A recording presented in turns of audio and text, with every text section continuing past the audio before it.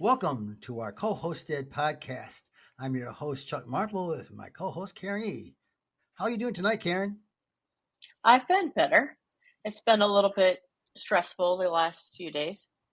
I'm not How about you? surprised, and I'm doing pretty well, all things considered. Tonight, we're going to be exploring the news topic that is a buzz in our nation: the overturn of the landmark Roe versus Wade after almost 50 years of having that be entrenched within our constitutional programs. We're also going to take a look at a or a similar thing that this wonderful Supreme Court put out, and that was the expansion of gun rights. And we're going to look a little at, and towards the end, at Clarence Thomas's goals. But let's start out a little bit of history. In my lifetime, the symbol of the abortion movement, the pro-abortion, pro-choice, that's probably the best word of all to use, was a coat hanger, because many women tried to abort themselves using that and died. Many women died in back alley corner abortions provided by people other than reputable doctors. Sometimes it was nurses, sometimes it was none of the above. And I'm afraid in some states that's going to happen again. The Supreme Court decided in their wonderful, great tradition as lifetime appointments to take a second look at because of the Mississippi and other ones. And here we are at the point that we are extremely, extremely upset as a nation. And that's all we need, another upsetting one. So let's take a look at what this means to women across the country. Karen, why don't you take it for a second here on your thoughts? I think that anytime that you take a right from somebody, especially the right to bodily autonomy, you can expect that there's going to be a lot of outrage. The number of people that didn't want to take a COVID shot for whatever motivations, medical, political, just didn't feel like it, screaming that their body, their choice. Those are the same people in some cases that don't support a woman's right to her bodily autonomy and the ability to choose how she'll live her life and when she'll become a mother. And RBG was adamant that only a woman can decide when she's ready for that. And it saddens me that women are now second class citizens in this country that don't have the same rights as a corpse. A corpse has more rights to their body than a woman. It is a sad thing. I think that, whether you oppose the concept of abortion on whatever grounds, I don't feel men particularly have any right to tell all women in this country what they can do with their own bodies. It is a very, very sad testament that this was able to happen. And the sad thing, the maddest thing for me, is that the five justices that really made the difference on it were all appointed by presidents who lost the popular vote and won on the corrupt and racist electoral college. It's disgusting, and particularly these last three, and the worst one of all is the way that Amy Coney Barrett got on there. It was the hypocrisy of Mitch McConnell. He couldn't do Merrick Garland when there was 8 or 9 months left before the election, but he could do her when there were 6 weeks left before the election. It's a disgusting thing, and that's a disgusting man who fought his way for years just to have that happen. It's also frustrating when you have single issue voters that don't necessarily like Trump as a person, but felt that he could help them achieve their goals to tell other people what to do with their bodies and not even realize how sickening that is and how this could be a very slippery slope with a lot of people losing rights they've taken for granted their entire life. Yeah, we're going to get to that towards the end. I think it was Alice Stewart, a Republican strategist, a normal Republican strategist, who said that what happened was many of them held their nose to vote for Trump so that this moment could happen. And I think that's probably a pretty disgusting thing to allow that one item to do it just because they had these strong views. The majority, over 60% of the population, said Roe should be left alone.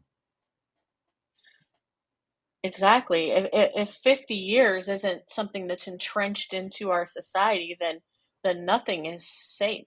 No rights are safe at this point unless they're explicitly spelled out in the Constitution according to these people. Yeah, that's what they said. They only believed in enumerated rights. They tend to forget put the necessary and proper, or what we call the elastic clause in there that says to make laws that are necessary and proper to follow what's in the Constitution, which is things like privacy and equal rights under the 14th Amendment. It is a very disgusting thing when they want to go back and try and put words into the writers of the Constitution. For instance, Alito was saying that because abortion wasn't mentioned in the Constitution or the amendments, that they didn't care about it. They didn't have a specific reason on that. Well, life was a lot different back at that time than it is today. I don't think they ever thought that women would be having rights anyways. So I think that it's a very frustrating thing when they go back and try and use that as their uh, starting point on this. I mean, there's a Eh, lot of things out there that were not enumerated in the Constitution that through various laws and various actions have been approved since. So it's a very specious argument. It's like for people with disabilities. So are we going to no longer protect people in wheelchairs or people that are blind, reducing their access to live a full life? That's not in the Constitution either. Yeah, and yet, will they touch that? Who knows? Who knows? But I, But I think there'll be enough outrage for them to not get much farther, hopefully. hopefully, this is going to be enough of a stimulus for voters in November in the midterms, so that they can make sure that neither body, the House of Representatives or the Senate, goes into full control of the of either house. We can't have the Republicans take over either, or certainly not the Senate, because it is far too powerful. We can't give Mitch McConnell the majority leader's position again. It just would. I can't even imagine what he would do for 2 years to block everything that came in there to make sure that the Democrats lost in the 24 election. All the things that have come up about the former president and his inner circle and what they've tried to do really make this even more sour in our mouths, because it is this power for power's sake.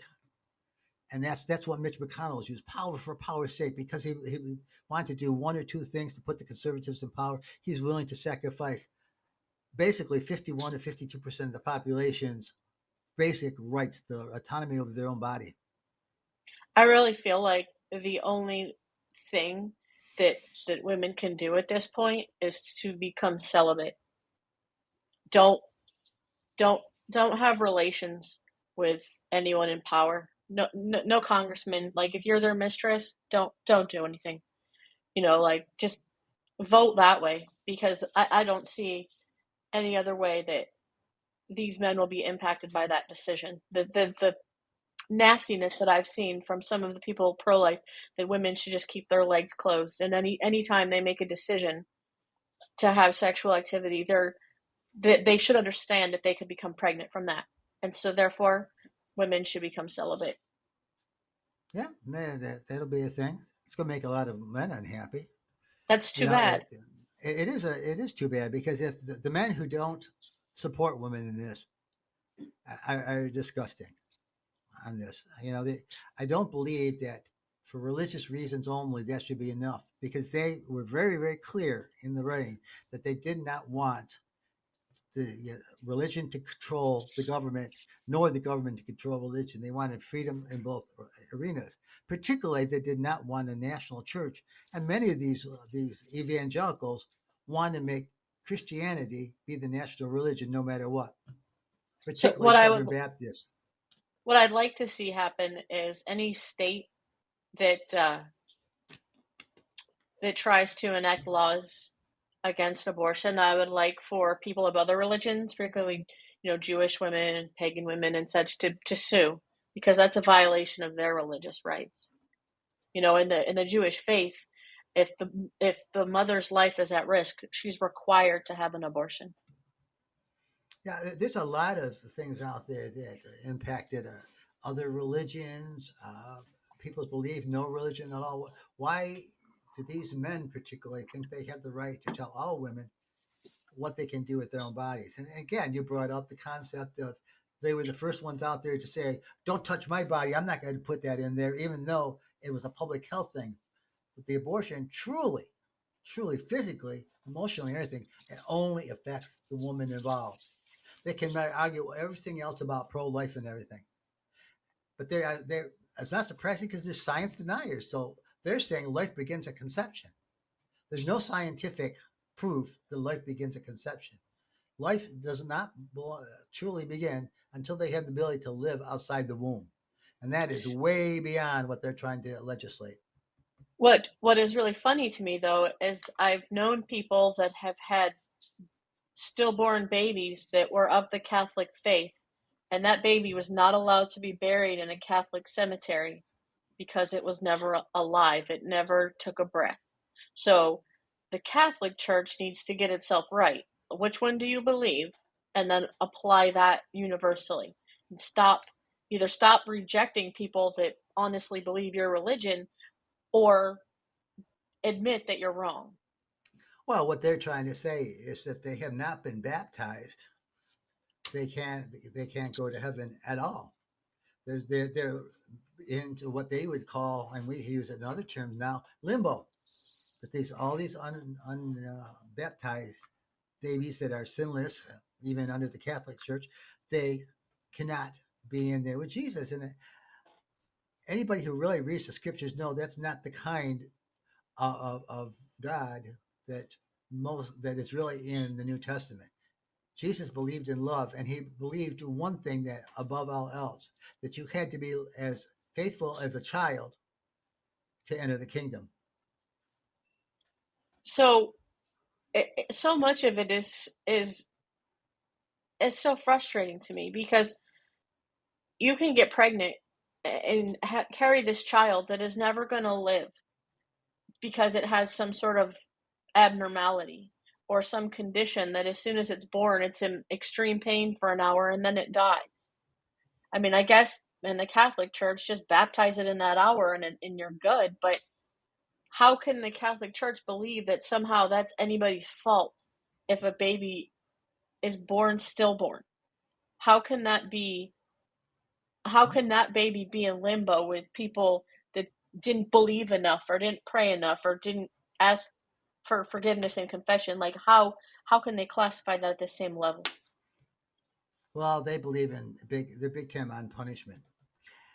Uh, the first abortion that I knew anything about under the law, I worked with a young woman, and actually, it was right after your mother had lost a child through a miscarriage, and she came around saying she got pregnant, which was kind of not very politic on what we had gone through.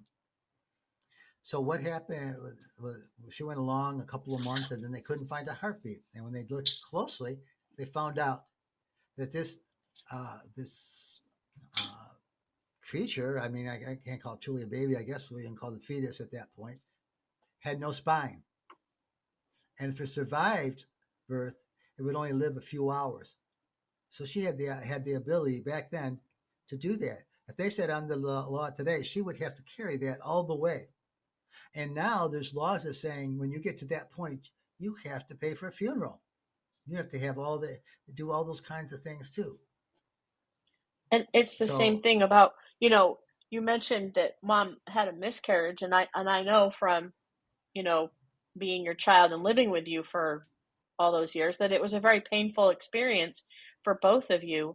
Imagine if the state came along and wanted to investigate you to figure out what really happened.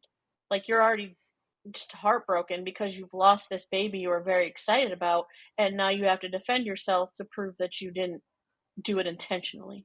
yeah, and if she would have carried it all the way, we wouldn't have had you. I know. So there had to be a purpose, the purpose of the Lord. And one of the nice things the doctor's nurse said, she called it priming the pump, that her body wasn't ready, and there was some reason why that didn't carry to fruition. And certainly it is because we're so happy you're here. But But imagine if you had to be investigated, like you'd oh, I done know. something wrong. Yeah, and they're talking about all these kinds of things that could, in some of these ones, you could be charged with. You get in a car And accident when you were drinking or something, and you can be charged with murder if you lose the it baby. just it just doesn't make any sense to me. Like, pregnancy is not easy. It's very hard on your body. And for some people it is easy. For other people like me, all their iron gets leached out of their body.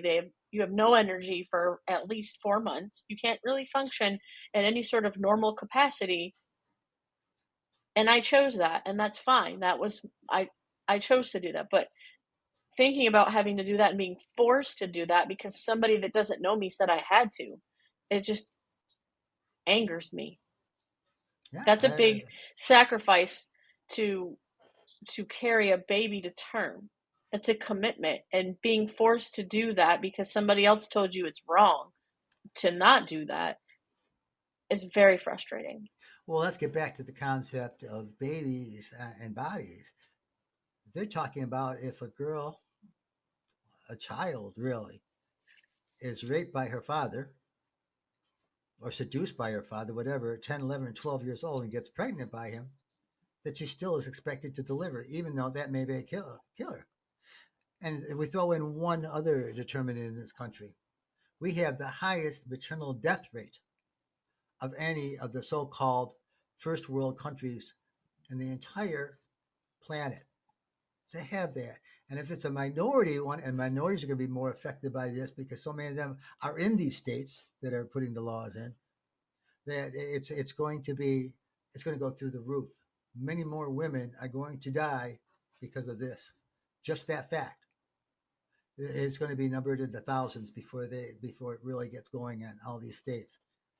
That's pretty disgusting too. Just because they have this concept that life begins at conception. I just want to double back a little bit on something that you said. You use the term a child essentially of 11 or 12. You said being raped or seduced by their father. That's not possible with the age of consent. If you're under the age of consent, you're not seduced. It's rape. It just straight up is rape. Well, that's So true, but that's yeah, go ahead. like, if you're trying to talk about the kind of verbiage they use, I see what you're saying with that. But I just want to be very clear with everybody that that's not It, possible. no, The it's age rape. of consent exists for a reason, Yeah, and it's rape. It's when I say seduced, they trying to say that the kid tried to do that. I'm saying from their terms, not from got it. the reality, the legal Just term of making it. sure.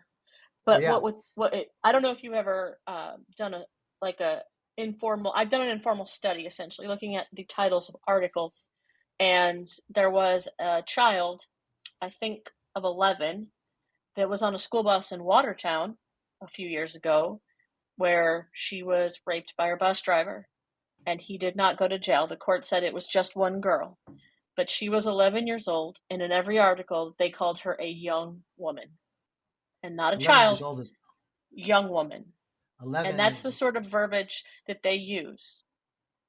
Yeah, and the media should be using what it truly is, a child, because what they're doing is minimizing the most terrible act that you could do, an adult uh, ra- raping. You're right. I mean, there's no other word to truly use it for anybody under the age of 18.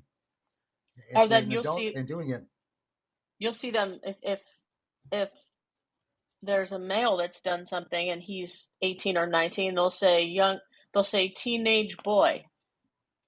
So women are young women at 11, but an 18-year-old or 19-year-old adult male is a young teenage boy. So well, it's that sort of slant well, that ends up look at looking badly.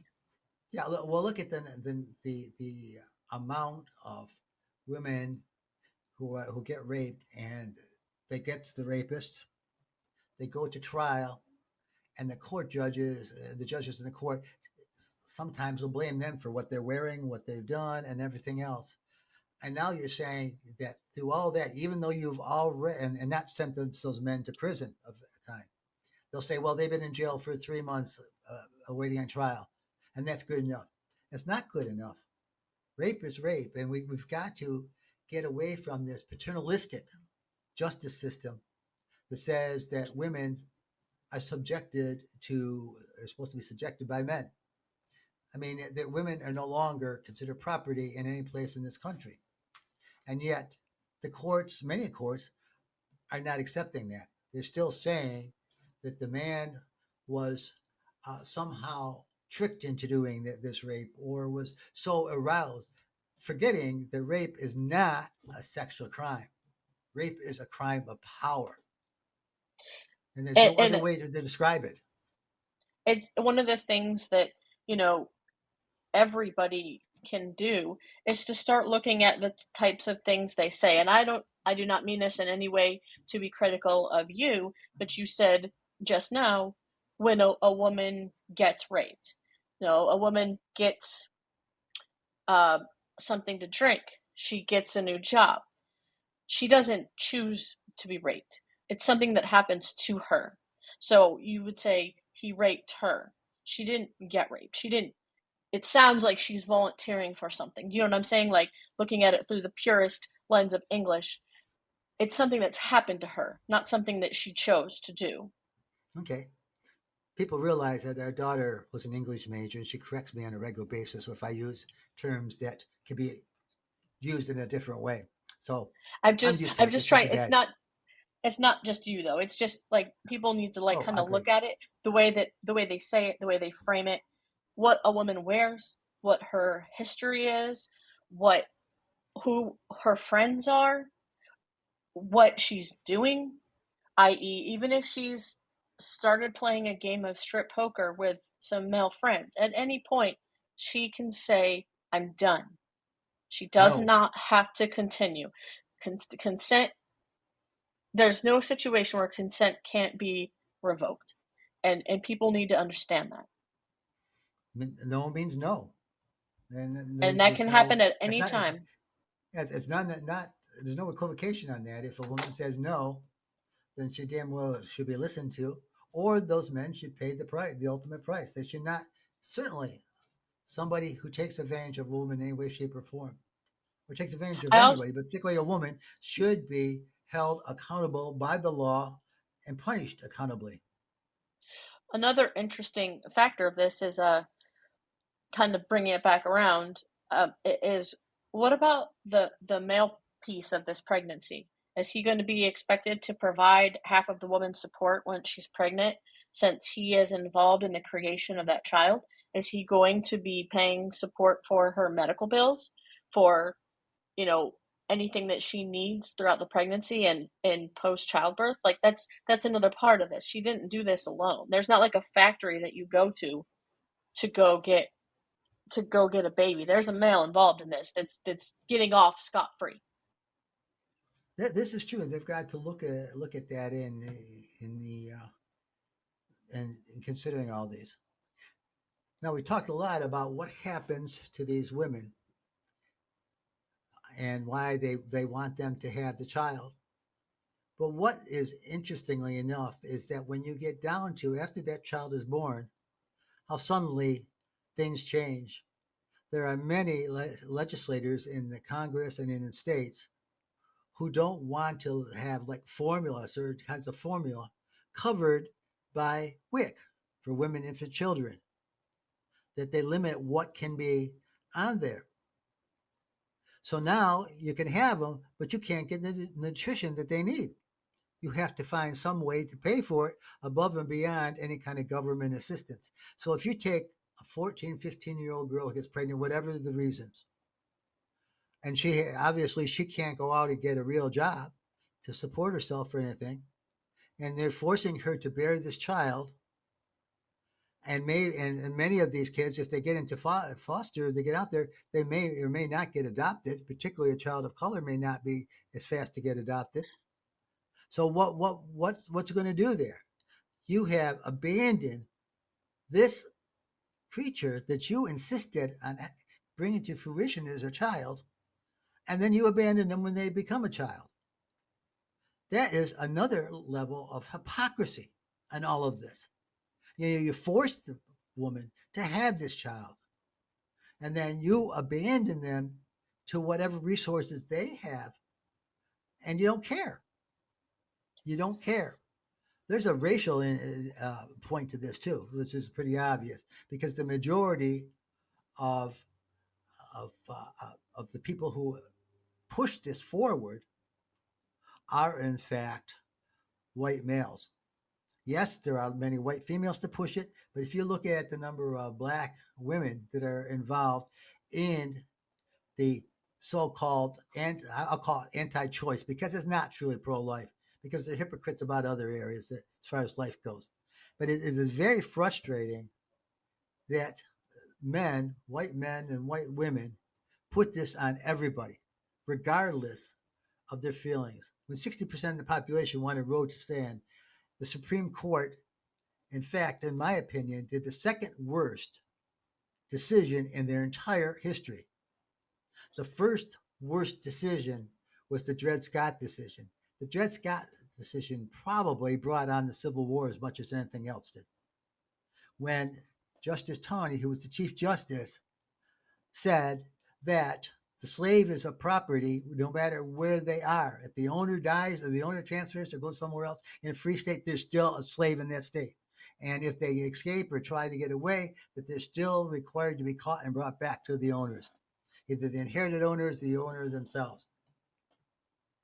That is the worst case of all we've had because slavery was the worst stain on our country. We had a lot of other stains, but that was probably the worst because it still is affecting the world, the country today.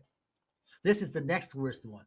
So in the 200 years plus, to about 230 years or so of the Supreme Court, we are at right this moment at the second worst decision in their history. That was really profound and passionate. Another thing, too, sort of, you're talking about feeding a baby. Let's take that one step further. Um, or, I mean, a step back. There's no type of parental leave in this country that is guaranteed for everybody that has a child, whether they're male or female. And if you have a woman that is doing the very best she can to keep herself afloat and not be on welfare, and she's say a manager at McDonald's, and she does okay where she lives, she pays her rent, pays all her bills, doesn't need any public assistance, has this child, and there's no, this is another issue, there's no daycare that's going to take a 6-week old, but that's not the issue. Childcare in general is an issue, but she can't take her child anywhere. And so if she doesn't have any support, how is she supposed to go back to work after she gets home from the hospital from having this baby? She can't. She has to heal. So we have zero support for new mothers and fathers. I would argue that fathers are not supported either. Some companies, private companies, have generous paternity leave, and some places employers allow you to carry leave over from year to year. So if you're a planner, you can save up your vacation time so you have time with your child after it's born if you're a male. But what we're not talking about is this expectation that you're going to like squat in a field, have a baby, and get right back to work. It doesn't work that way. This isn't a country where you take your baby to work on your back. Like, it's dangerous in a lot of environments. But not only that, you just simply can't. And how do you pay for your child to be healthy? How can you afford to take them to the doctor if you're just getting by? Is that the situation where those people want to say you shouldn't have done anything that got you pregnant in the first place? And that, I think, is what is most infuriating. There is no choice there. Well, one of the sad things that has happened since 2016, and it continues today because the Republicans still have too much control. The conservatives, the MAGA Republicans, not all Republicans, but the MAGA Republicans, is that they've taken us backwards. And this was just taking us backwards the furthest of anything. They have unbelievably, under these laws and these decisions, taken us back to before the 1950s and so on. And let's take it again beyond that and go forward, go back a couple of days before, when the Supreme Court struck down New York State's law, which is going to strike down many other laws throughout the country, about needing a reason to carry a concealed weapon, essentially giving carte blanche to everybody throughout this country to say, well, I'm afraid for my safety, so I want to carry a gun. So who's going to be the suffering? Again, many of these children, because a lot of this is going to happen, a lot of this violence is going to happen in areas of poverty. Poverty is probably the number one problem that we face in the crime waves that we're having, murder included on that. Gangs are to do it because out of frustration, they can't break out of these systems. The education system fails them. There's so much down on there. So that was the second thing. Now the final thing, if we want to look at this and take it one step further, Clarence Thomas, and let's get a little bit more background on that. Clarence Thomas, his wife, is a super conservative and has helped direct the election deniers in so many ways. She belongs to some of the most conservative groups. She encouraged Mark Meadows to continue fighting in the courts and elsewhere, and including right up to January 6th. But let's go back to Thomas himself. Thomas, in his opinion, concurring opinion in there, talked about he wants to revisit contraceptives. He wants to revisit gay marriage. He wants to revisit even loving one, which involves interracial marriage. So all these things that we've taken for granted for 50 plus years in some cases only 10 or 15 years, could be out the window. Actually, no, he doesn't. He did not specifically mention the interracial marriage one because he's in an interracial marriage. He would vote Okay. against that, I think. But that makes it even more despicable that he would remove Okay. rights from other people that have no bearing on him and his life. Okay. I could be wrong on that one. But I know that as far as equality, oh, I know. Was it? I forgot It's exactly the what it was, but Texas one, the sodomy one was the other one. yeah. So they put these. He's talking about that he wants to change these things. Now, whether or not you have anybody has an opinion on any of those things, what we want to do is preserve the rights that have been out there. Everybody has a right to opinion, but do they have the right to take those rights away that have been given to these people?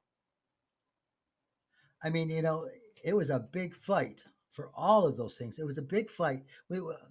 Margaret Sanger went to prison back in the early 1900s because she was advocating birth control. In up until the late, until really almost 1970, in New York State, you could not buy a condom to prevent pregnancy. The only way they had to advertise for condoms was to prevent disease. That was the only way you could sell a condom. There was no birth control available.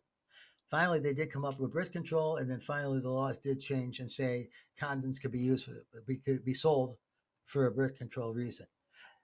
It just shows the narrowness of how things were less than 50 years ago, or a little bit more than 50 years ago.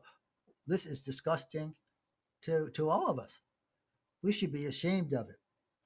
And the one final point I want to make before I give Karen a chance to make a final point is that right now, an awful lot of countries of the world are looking at us and saying, what the hell happened in that country? We were progressive leaders in so many ways, and we are going backwards. There's a great commercial now talking about our governor, Governor Kemp, showing him taking Georgia backwards about gun laws, backwards about abortion, back in time. And that's what the Trump idea of the Republican Party wants to go. They want to go back in the past. Karen, what's your final thoughts on this? I was born in 1976, 3 years after Roe. was passed. So I have lived until Friday in a world where I thought I had all the choices. I thought I could do anything. I'm raised in a world where I could join the military and serve for 20 years in a male dominated aviation field in the Air Force, and have spent time telling Pakistani men and Turkish men what's going to happen with their aircraft and our aircraft.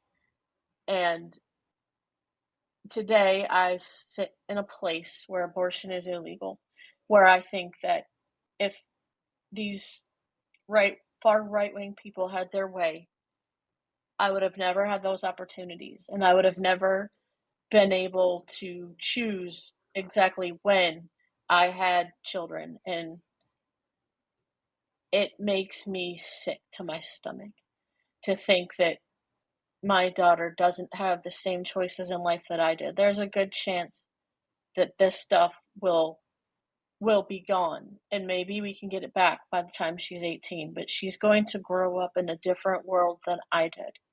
I won't let her grow up in a different mindset than I did, but her and her cousins, all of them, are staring down the barrel of a proverbial gun that is taking away their choices, and also potentially staring down the barrel of a literal gun, because gun rights are more important to those people than bodily autonomy rights.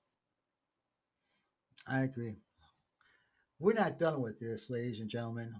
Karen and I are going to do some more. We haven't talked too much about it yet, but we're going to do some more podcasts more often now, looking at some of these issues again and revisiting as we see things happen, protests, etc. On this, this is not over by a long shot, and we will do what we can to do it. And hoping we'll have some more guests on to talk about this and other issues that are important to all of us. But this was a timely issue that we both wanted to cover.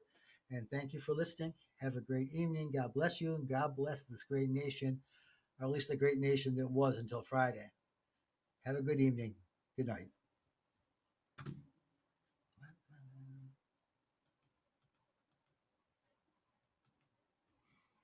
And we're